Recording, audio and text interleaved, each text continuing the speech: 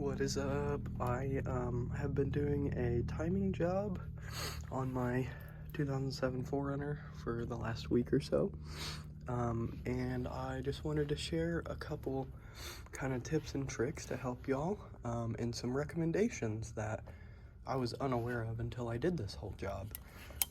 So everything's kind of back together. I've got the timing cover and whatnot back on, and the water pump, and all the pulleys are kind of back on. But a couple recommendations I have. So I bought a full 1GR-FE timing kit from Yoda Shop, and what I did not realize is they do not send you any bolts, any hardware at all. And this is not good because these two bolts are your intake cam phaser and your exhaust cam gear. These are called timing set bolts, and basically what Toyota does is they torque them to a certain point that it stretches the threads and like basically locks the bolt into the cam.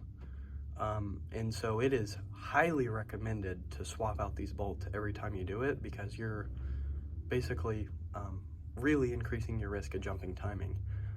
So that would be my first recommendation, is make sure you get bolts on both sides for these before you pull everything apart, because we had to wait for a couple days for a parts truck to come in.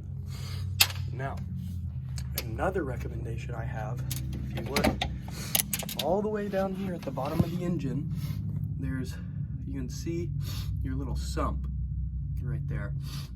Now, there's an O-ring on the bottom side of that sump, and pretty much every Protoman like diagnostic list I went through said to replace that O-ring. So I would highly recommend that, because my kit also did not come with that.